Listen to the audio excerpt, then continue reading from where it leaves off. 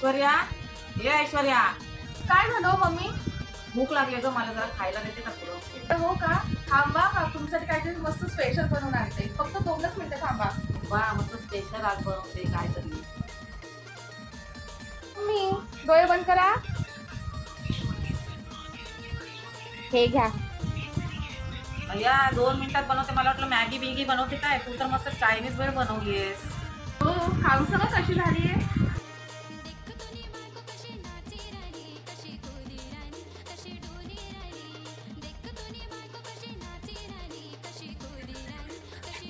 अगं बाई, हिने काय बाहेरला विकत आणून दिली की काय मला भेळ, आणि मला बोलली थांबा मम्मी 2 मिनिटातच तुम्हाला बनवून आणते काहीतरी खायला. ऐश्वर्या, ऐश्वर्या, काय ग विकतचं खायला घालतेस मला?